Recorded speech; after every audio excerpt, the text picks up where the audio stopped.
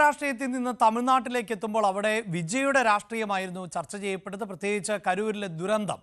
ഇപ്പോൾ ഇതാ വിജയ് വീണ്ടും കരൂരിലേക്ക് പോവുകയാണ്.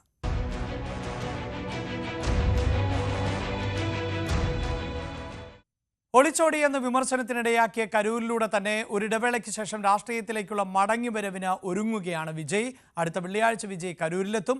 മരിച്ചവരുടെ കുടുംബാംഗങ്ങളെ ദത്തെടുക്കും എന്നാണ് തമിഴക വെട്രിക്കഴകത്തിന്റെ വാഗ്ദാനം.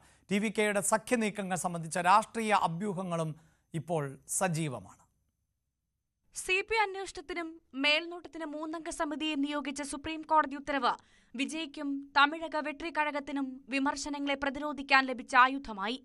ചുരുങ്ങിയ സമയത്തിനുള്ളിൽ എങ്ങനെ പോസ്റ്റ്മോർട്ടം പൂർത്തിയാക്കിയെന്നതടക്കം തമിഴ്നാട് സർക്കാരിനെതിരായ സുപ്രീം കോടതിയുടെ വിമർശനം പോലീസ് വീഴ്ചയെന്ന ആരോപണത്തിന് മൂർച്ച കൂട്ടും.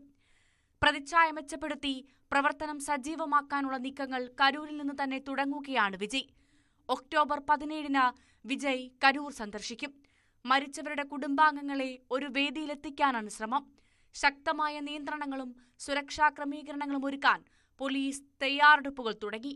മരിച്ചവരുടെ കുടുംബങ്ങൾക്ക് എല്ലാ മാസവും 5000 രൂപ വീതം ധനസഹായമായി നൽകും.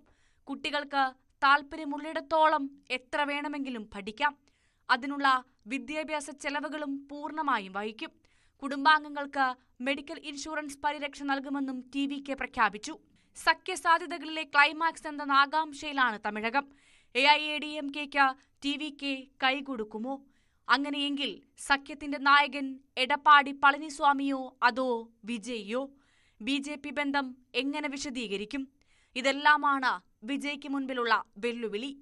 News desk, News 18.